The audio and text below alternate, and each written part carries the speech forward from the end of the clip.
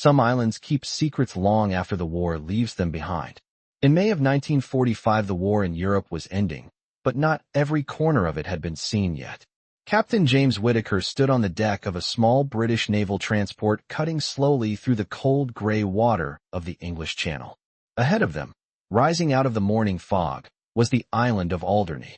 From a distance, it looked ordinary enough. Low cliffs, a scatter of stone buildings, grass moving under a steady Atlantic wind. But the briefing he received the night before had been unusually short. The Germans had abandoned the island. British command wanted it inspected immediately. No celebration, no ceremony, just a quiet order: land, search, and report what you find. Private Daniel Carter stood near the rail a few feet away, his gloved hands resting on cold steel as he watched the shoreline come closer. Carter was 22 years old and had already seen more of the war than he expected to remember for the rest of his life. Yet something about this assignment felt different. No artillery scars marked the hills. No smoke rose from damaged buildings. The island looked untouched, almost peaceful, like a place the war had somehow skipped. That was the first thing that bothered Whittaker. War rarely skipped anything. The transport slowed as the engines lowered to a quiet rumble. Waves tapped gently against the hull. A landing craft was lowered, and within minutes Whittaker and 12 soldiers were moving toward shore. The tide was low. Wet sand stretched nearly 30 yards before reaching the grassy edge of the island. Carter jumped down first, boots sinking slightly into the cold sand as he steadied the rope line. The others followed, rifles slung but ready out of habit. The wind carried the smell of salt and something else, something older, like rust left in the rain too long. Whittaker scanned the coastline. No movement, no voices, not even birds circling overhead. Just the steady wind sweeping across empty land. "Spread out," Whittaker said calmly.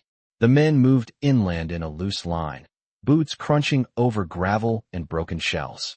A dirt road curved away from the beach toward a cluster of low structures about 200 yards ahead. Wooden barracks, watch posts, utility sheds. The type of construction soldiers recognized instantly. But there was something strange about it. Too many fences, too much wire. Carter was the first to see it clearly. At first it looked like a line in the fog stretching along the ridge ahead.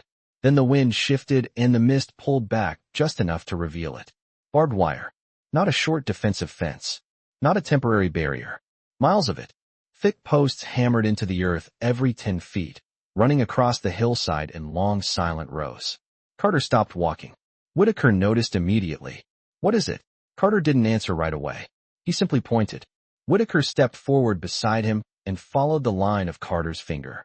The wire disappeared into the fog on both sides of the island like the edge of something far larger than a simple outpost. Whittaker removed his leather gloves slowly, studying the ground beneath the fence. The soil there looked darker, disturbed at some point in the past, then left to settle again. Behind the fence stood the barracks. Quiet, empty, waiting. And for the first time since stepping onto Alderney, Captain James Whittaker felt the unmistakable sense that they had not just arrived at an abandoned military position. They had arrived at a place the war had tried very hard to leave behind. The wind moved through the wire with a thin metallic whisper that carried across the hillside.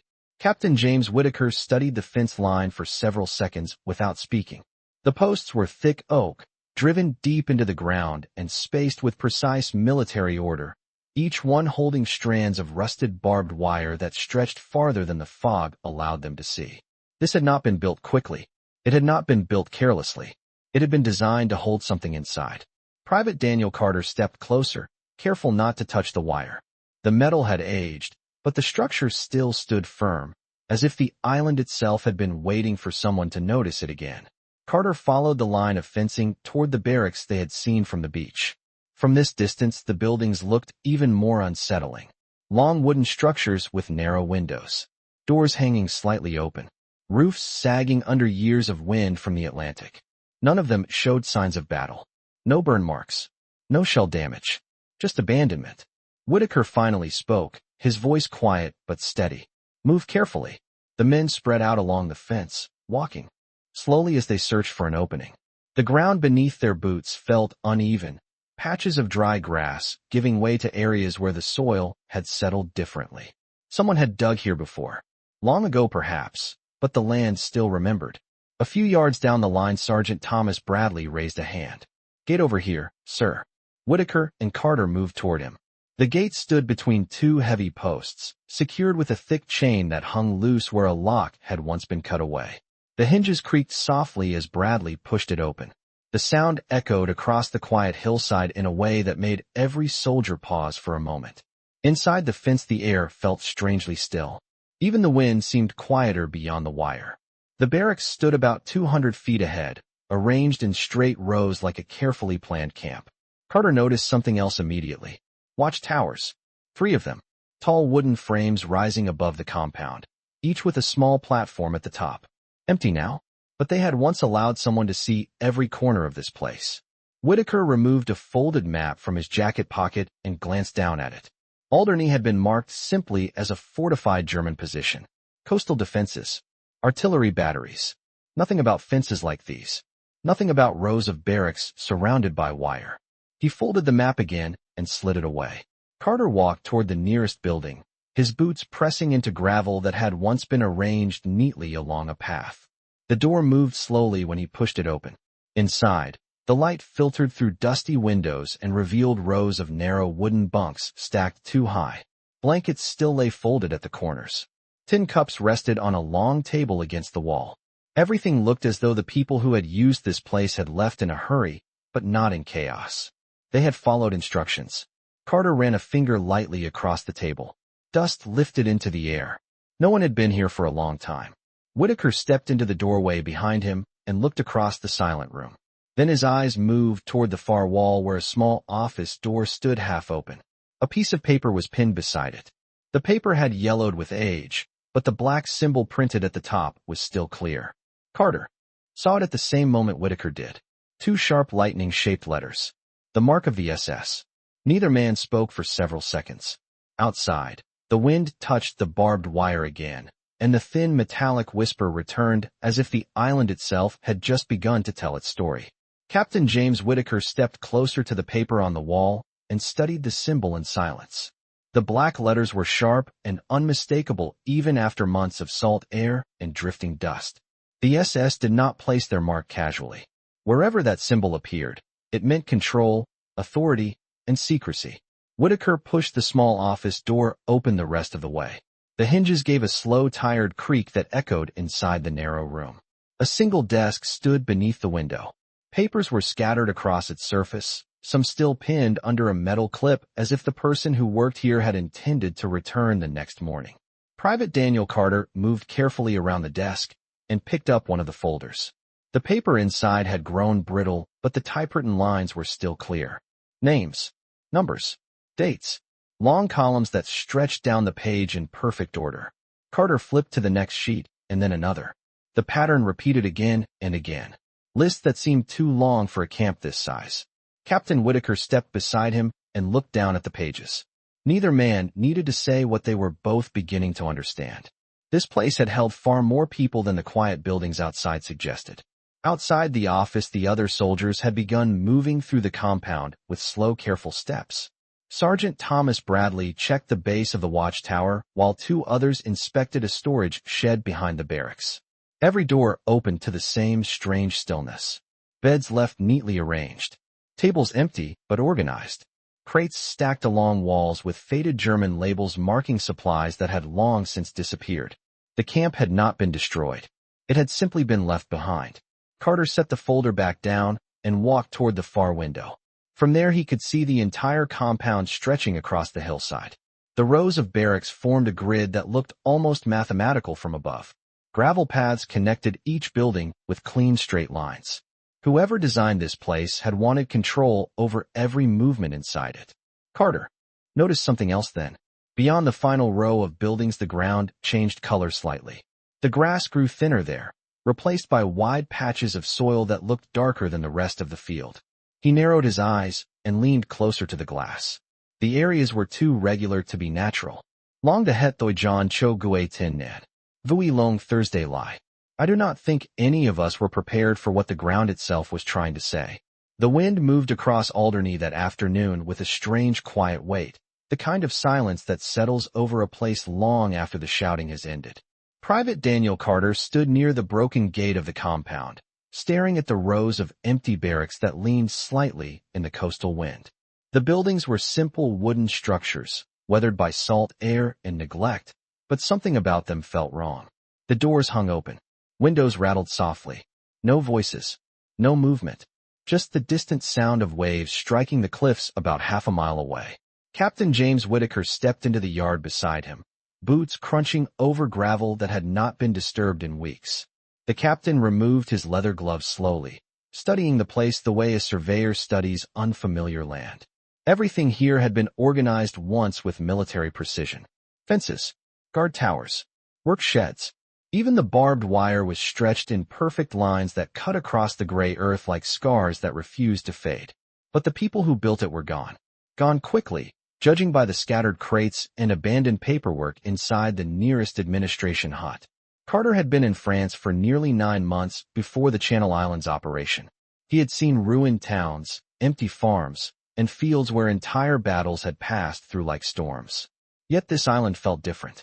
Not destroyed, just abandoned. And abandonment always left questions behind. A corporal from the engineering unit walked past carrying a rusted clipboard he had found inside the office building. He handed it to Captain Whittaker without speaking. Whittaker flipped through the brittle pages. Lists of names, work assignments, daily tallies written in careful German handwriting. Some pages were stained by rain that had leaked through the roof after the garrison left. Carter noticed the captain pause on one particular page. The entries ended suddenly. No signature, no closing report. Just a date written at the top in dark ink. April 1945. That was only weeks ago, which meant whoever had been here left in a hurry. Whittaker closed the folder slowly and looked across the compound again. The sea breeze pushed through the camp, rattling loose sheets of paper along the dirt like dry leaves. Carter watched one page tumble across the yard and catch against a fence post.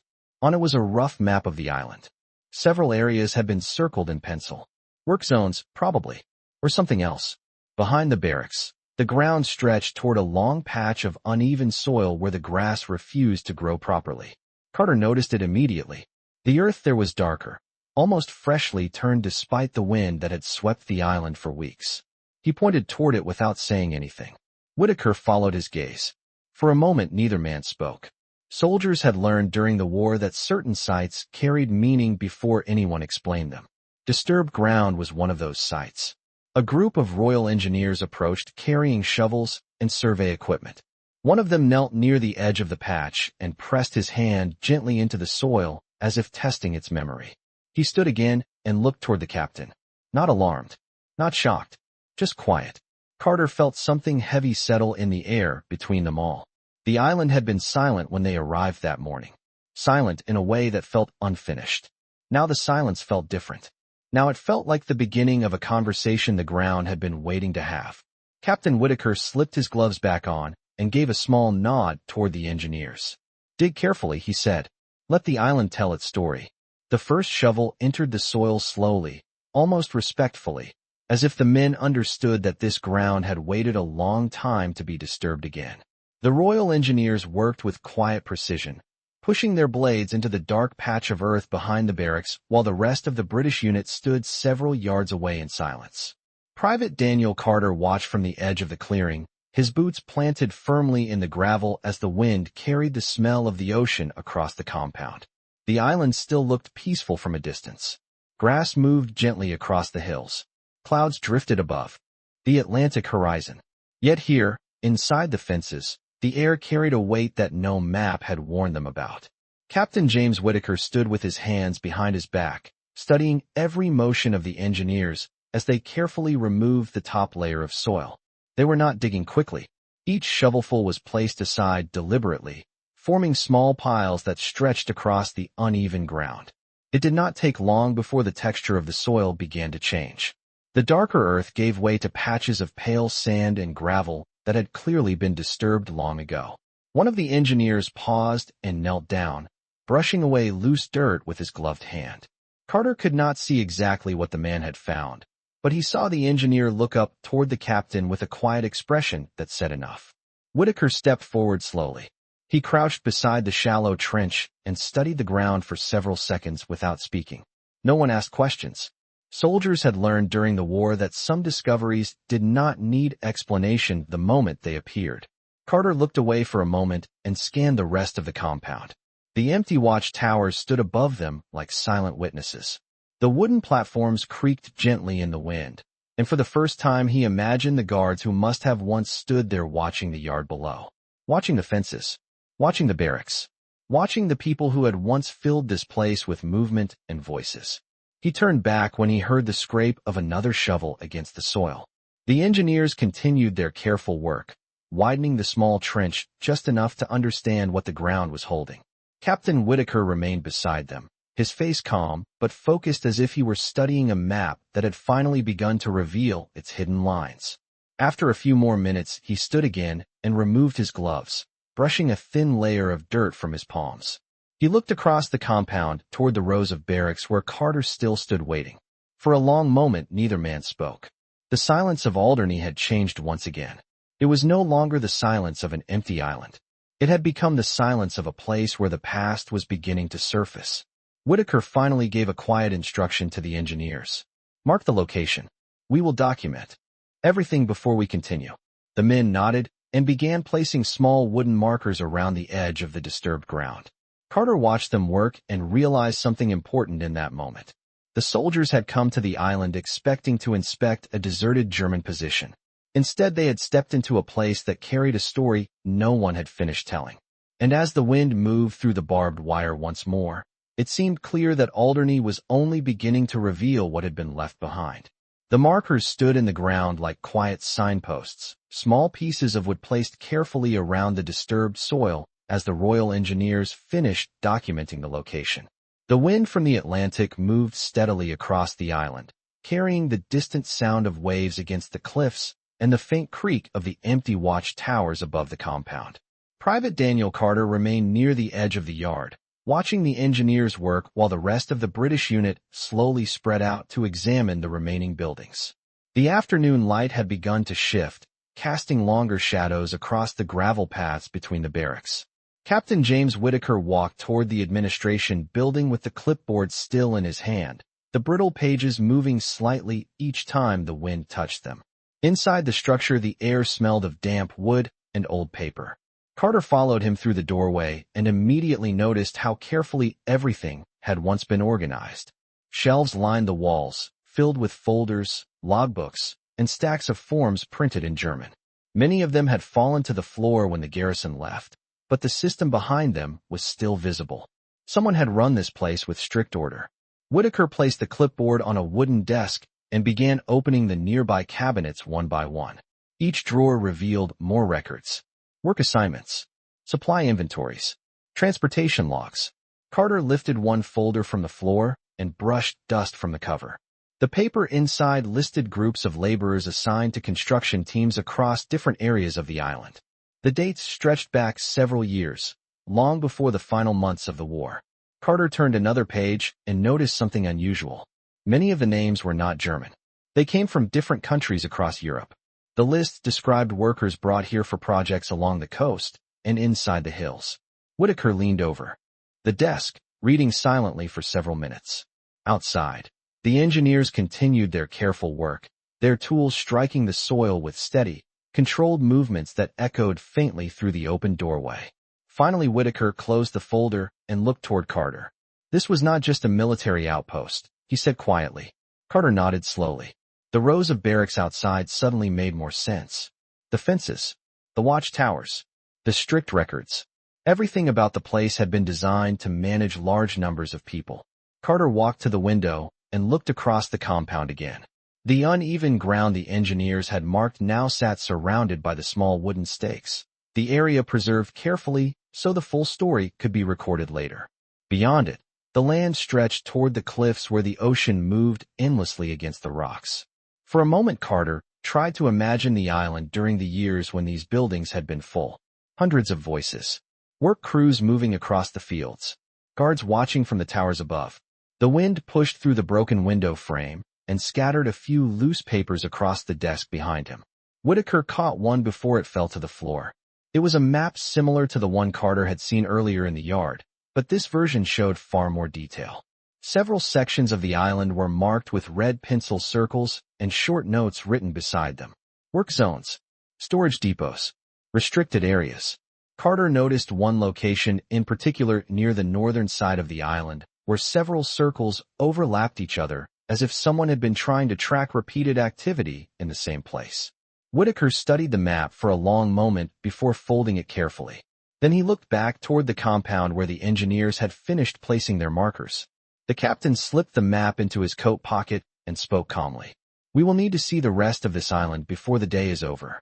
Carter stepped outside again and glanced across the quiet camp.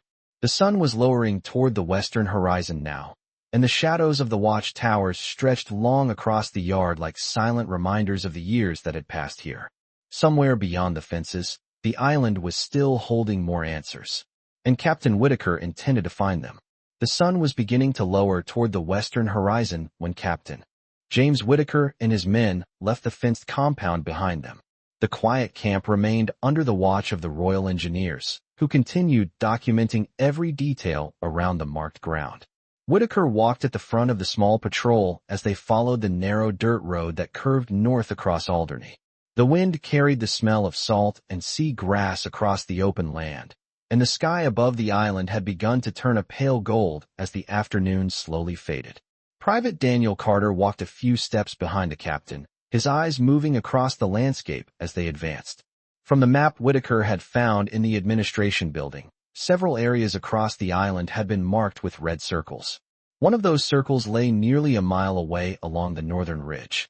The road they followed appeared old but well used, wide enough for trucks that had once traveled regularly between the compound and the distant work zones. Carter could see faint tire tracks hardened into the earth, preserved by time and wind. It was clear that the camp they had just searched had not been the only place where activity once filled the island.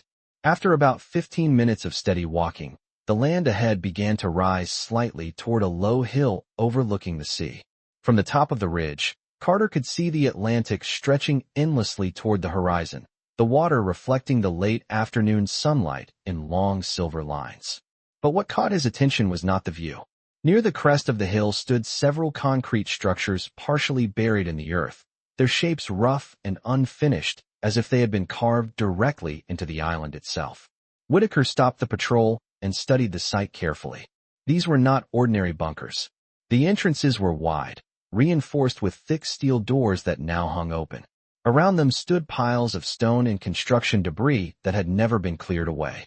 Carter approached one of the structures and peered inside. The interior corridor stretched several yards into the hillside before disappearing into shadow. The walls were raw concrete, poured quickly and left unfinished. Along one side ran a narrow rail track embedded into the floor, the type used to move heavy loads on small industrial carts. Carter stepped back into the daylight and looked toward the captain. Whitaker unfolded the map again and compared the markings with the terrain around them. The red circles overlapped here more than anywhere else on the island. Whatever had been built at this location had required large amounts of labor. Carter imagined the workers from the compound walking this same road each morning, moving toward these concrete tunnels under the watch of guards from the towers they had seen earlier. The wind passed across the ridge again, louder now as it swept up from the ocean below. Whitaker folded the map and slipped it back into his coat pocket. His expression remained calm, but his eyes studied the tunnels carefully as if measuring something deeper than the structures themselves. He turned to the men and gave a quiet instruction. "We will take a closer look before nightfall." Carter glanced once more at the dark entrance of the concrete passage. The island had already begun to reveal pieces of its story that afternoon. But standing on that ridge, with the wind moving through the unfinished tunnels and the sun lowering slowly behind the Atlantic, it was clear that Alderney was still holding much more beneath its surface. Captain James Whitaker approached the entrance of the concrete tunnel slowly, the wind from the Atlantic pushing against his coat as the last light of the afternoon stretched across the ridge. The steel door hanging beside the entrance moved slightly each time the wind touched it, producing a low metallic sound that echoed faintly into the corridor beyond. Private Daniel Carter stood a few steps behind him, watching the darkness inside the tunnel where the unfinished rail track disappeared into shadow. The air coming from the passage felt cooler than the open hillside, carrying the faint smell of damp concrete and old machinery that had not moved for a long time. Whitaker lifted a flashlight from his equipment pouch and switched it on. A narrow beam of light cut through the darkness ahead, revealing the rough interior walls where the concrete had been poured quickly during construction. The tunnel extended nearly 30 yards before turning slightly to the right, and along the floor the narrow rail line continued deeper into the hillside. Carter stepped forward and followed the captain inside. Their boots echoed softly against the concrete as they moved carefully along the track. The deeper they went, the more signs appeared that this place had once been part of a much larger project. Wooden crates stood against the walls, many of them still marked with German supply labels that had faded with time. Some had been opened and left behind when the workers and guards suddenly departed. Carter knelt beside one crate and brushed away a thin layer of dust. Inside were metal tools used for excavation and construction, the type normally carried by large engineering crews. Farther down the corridor, the tunnel widened into a chamber carved into the hillside. Whitaker directed his flashlight across the room, and the beam revealed several steel support beams that had been installed to reinforce the ceiling. The rail line ended near the center of the chamber where a small platform had been built to unload heavy materials. Carter noticed something else along the far wall. A chalkboard hung beside a narrow table, and faint German writing was still visible across its surface. Numbers, dates, work schedules. Someone had been keeping track of daily progress inside this tunnel. Whitaker studied the board carefully for a moment before stepping closer. The most recent entry was written several weeks before the end of the war. The work had stopped suddenly, just like the records they had seen back in the camp. Carter turned his flashlight toward another corridor that branched away from the chamber and sloped deeper into the hill. The air inside felt still and quiet, as if the tunnel itself had been holding its breath since the day it was abandoned. Outside, the wind moved across the ridge again, and the distant sound of waves could be heard through the entrance behind them. Whitaker finally lowered his flashlight and looked around the chamber one more time. Whatever the Germans had planned here had required enormous effort.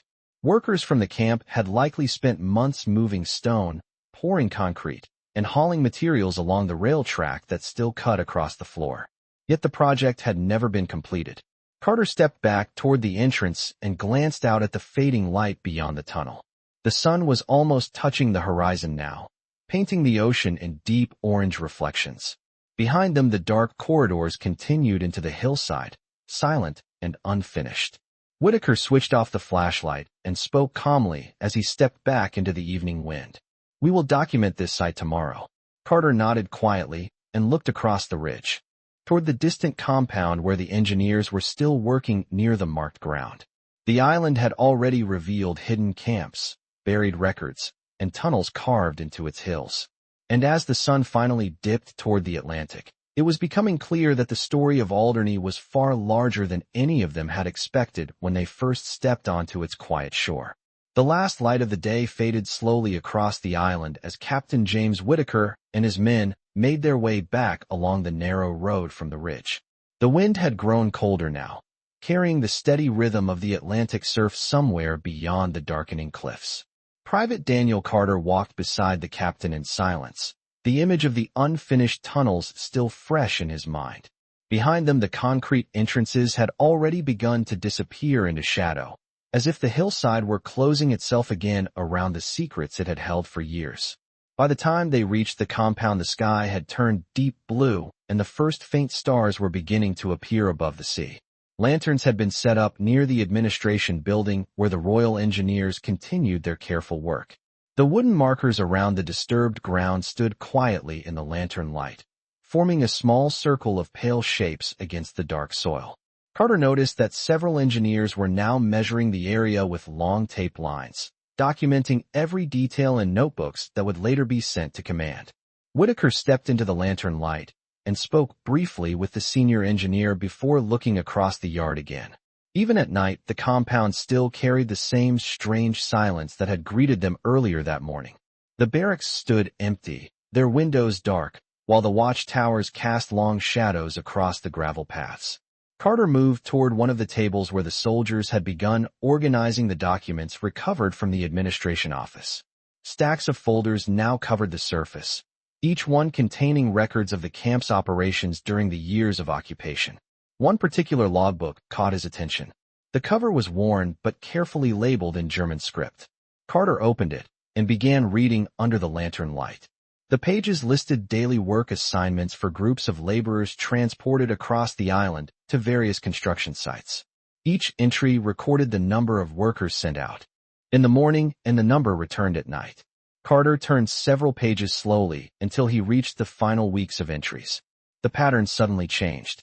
The numbers that once filled entire lines of the page began to shrink, day by day, until only a handful of workers remained listed. The final entry had been written just weeks before the island was abandoned. After that, the page was blank. Carter closed the book quietly and looked across the compound toward the fence line where the wind still moved through the strands of barbed wire. Captain Whitaker stood nearby studying the map he had taken from the office earlier that afternoon. The red circles marking different areas of the island now seemed far more important than they had at first glance. Each location pointed to a piece of a larger operation that had once stretched across Alderney. Whitaker folded the map again and placed it carefully into his coat pocket. "Tomorrow," he said calmly, "we will visit the remaining sites." Carter nodded slowly and glanced once more toward the dark hillside where the tunnels waited beyond the ridge. The island had begun to reveal fragments of its past throughout the day, but the records on that table suggested something larger still hidden across the landscape. And as the lantern light flickered softly in the wind, it was clear to every soldier in the quiet compound that the real story of Alderney had only just begun to surface. Morning arrived quietly over Alderney, the pale light of dawn spreading slowly across the island as the wind from the Atlantic carried a cool mist inland. The compound looked different in the early light, the long rows of barracks now standing clearly against the gray sky, while the watchtowers cast thin shadows across the gravel yard. Private Daniel Carter stepped outside the administration building where several soldiers had spent the night organizing the recovered records. The lanterns had burned out hours earlier, replaced now by the soft glow of the rising sun. Captain James Whitaker was already awake, standing near the table where the maps and logbooks had been carefully stacked. He held the island map open once again, the red pencil circles marking locations that now felt less like simple work zones and more like pieces of a larger pattern spread across the landscape. Carter approached quietly and looked over the captain's shoulder. 3 major sites remained unexplored according to the markings on the map. The tunnels they had seen along the northern ridge were only the first. Whitaker folded the map and addressed the small group of soldiers gathering in the yard. Today they would visit the remaining locations and document every structure connected to the camp's operations. The patrol left the compound shortly after sunrise, following a narrow trail that curved through open fields dotted with low stone walls. The island looked peaceful again in the daylight, with seabirds circling above the cliffs and the distant sound of waves rolling steadily against the rocks below. Yet Carter could not ignore how many paths across Alderney now seemed to lead back toward the same hidden network they had begun to uncover. After nearly half an hour of walking, the patrol reached the second marked location on the map. At first the site looked like nothing more than a small clearing surrounded by uneven grass and scattered stones. But as the soldiers moved closer, the outline of a large rectangular foundation became visible beneath the soil. The structure had once been much larger than the barracks they had seen earlier. Concrete pillars still stood along the edges, partially buried by time and weather. Whitaker studied the area carefully while Carter walked toward a rusted metal frame lying near the center of the clearing. It appeared to be part of an old crane or lifting device used for moving heavy materials. Nearby, several rails identical to those in the tunnel chamber were embedded in the ground, suggesting that small carts had once moved supplies through this location as well. One of the soldiers discovered a wooden sign partially hidden beneath the grass. The faded German lettering identified the site as a storage depot connected to the coastal construction project. Carter imagined long lines of workers arriving here each day from the camp compound, unloading equipment before moving on toward the tunnel sites along the cliffs. Whitaker knelt beside one of the rail tracks and brushed away the dirt covering the metal surface. The track pointed directly toward the ridge where the unfinished tunnels had been discovered the day before. For a moment the captain remained still, following the direction of the rails with his eyes across the open field. The pattern was becoming clearer now. The compound, the tunnels, and this depot had all been part of a single operation that once stretched across the island. Carter looked toward the distant cliffs where the ocean met the horizon, realizing that Alderney had been far more than a simple military outpost during the war. And as the patrol prepared to move toward the next location marked on the map, it was clear that every new step across the island was bringing them closer to understanding the full scale of what had once taken place there. The patrol left the abandoned depot behind them and continued across the open fields of Alderney, the morning wind moving steadily through the tall grass as clouds drifted slowly across the wide Atlantic sky.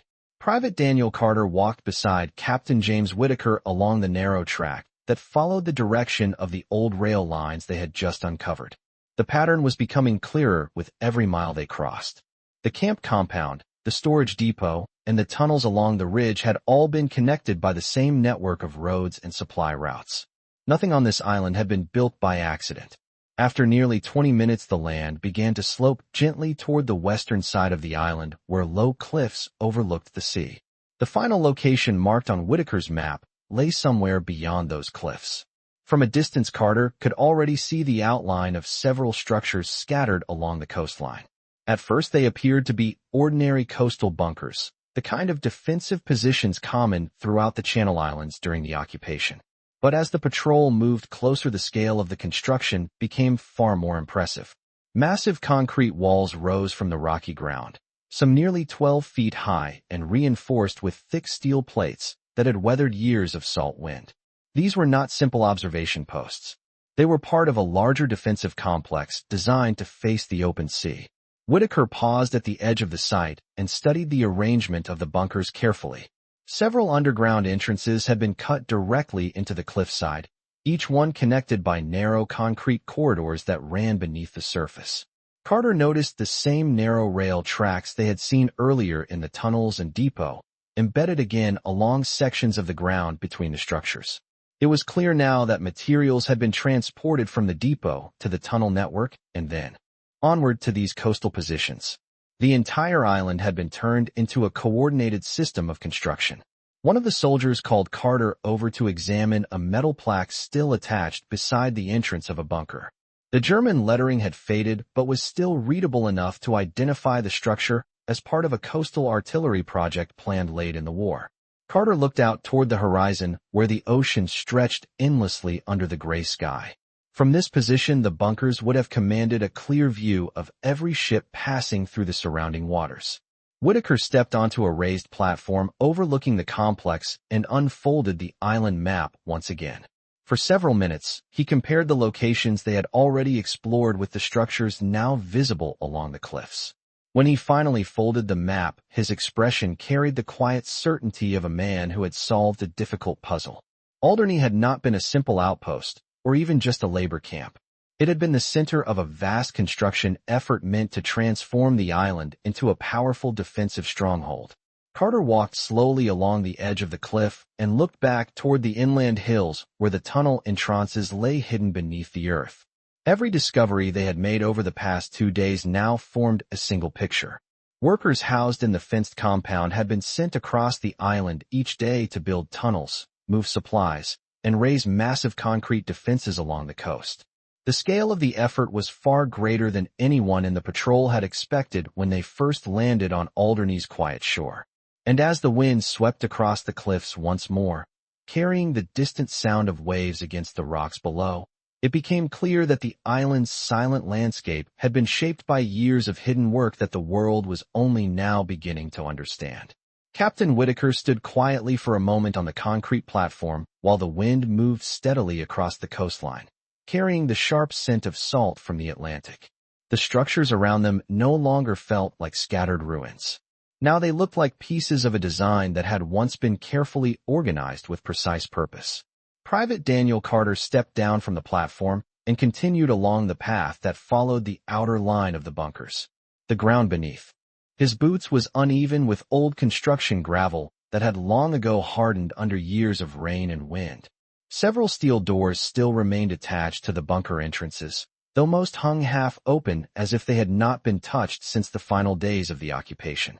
One of the soldiers carefully pushed one of the doors wider and allowed a beam of daylight to fall into the interior corridor.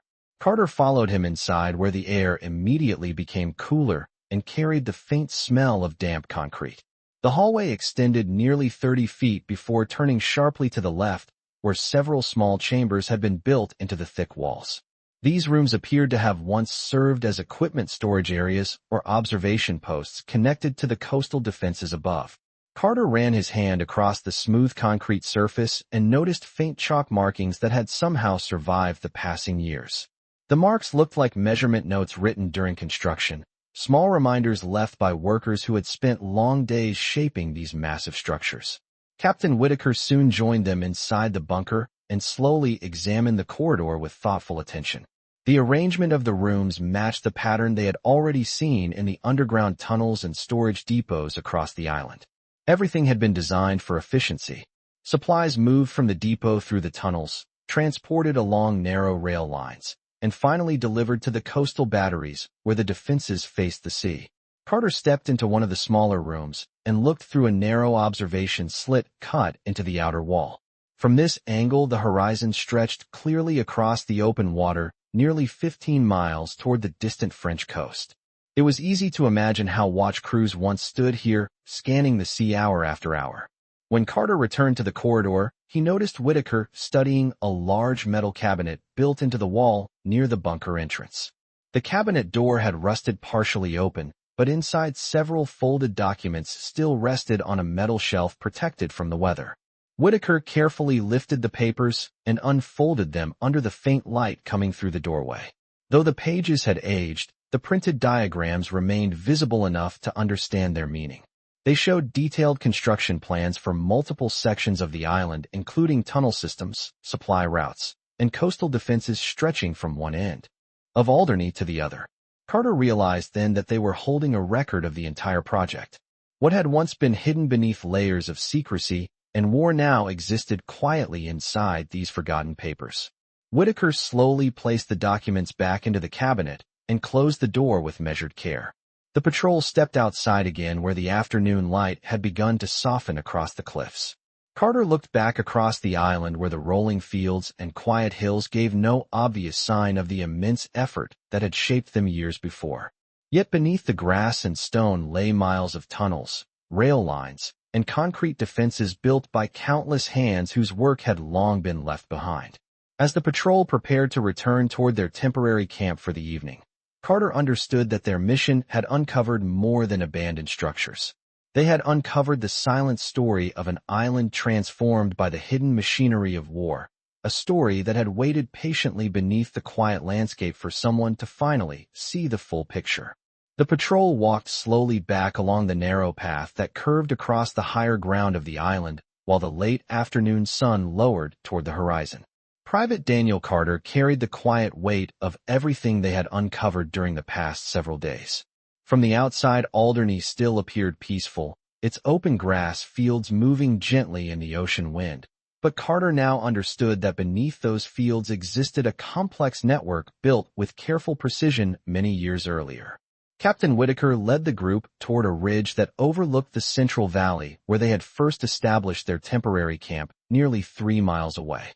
From this higher ground, the island spread out clearly in every direction. Carter could now recognize the patterns that had once remained hidden.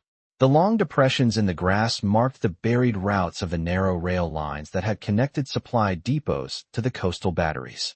Several low hills that had seemed natural from a distance now revealed themselves as reinforced bunkers partially buried beneath earth and stone for concealment. Whitaker paused along the ridge and studied the terrain with thoughtful silence. For decades, these structures had blended into the island landscape, slowly weathering under wind and rain until they appeared almost natural to anyone who passed by. Yet the patrol now knew that every bunker entrance, tunnel corridor, and storage chamber had been placed deliberately as part of a massive defensive system. Carter noticed that the captain held the folded construction diagrams that they had recovered from the metal cabinet earlier that afternoon. The pages had been carefully protected inside Whitaker's field folder to prevent further damage. Carter realized those documents would help historians finally understand how the island had been transformed during those difficult years. The patrol continued walking while the sky slowly shifted into the warm colors of evening. Their camp soon became visible at the far end of the valley, where several canvas tents had been arranged near a small line of trees that sheltered them from the ocean wind. A portable radio antenna extended nearly 20 feet into the air beside the command tent, quietly waiting for the nightly report that Whitaker would soon deliver to headquarters. As Carter approached the camp, he glanced back once more toward the distant coastline, where the bunkers now stood in quiet silhouette against the fading light. It was difficult to imagine the intense planning and effort that had once filled those structures with activity. Now only silence remained along the cliffs where watch crews had once scanned the horizon hour after hour. When the patrol reached camp, the soldiers began their usual evening routines, checking equipment and preparing a simple meal while the sky darkened above the island.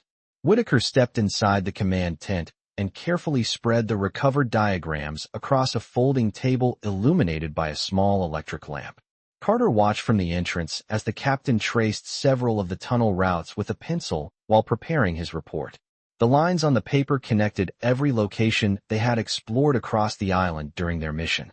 Carter felt a quiet sense of completion as he realized that the pieces of the puzzle now formed a clear picture. Alderney had once been turned into a vast defensive network built beneath its peaceful surface. Yet time had slowly returned the island to calm silence, leaving only these hidden traces behind. As the first stars appeared above the Atlantic Ocean, Carter understood that their work had finally brought the forgotten history of this island back into the light, where it could be understood by future generations.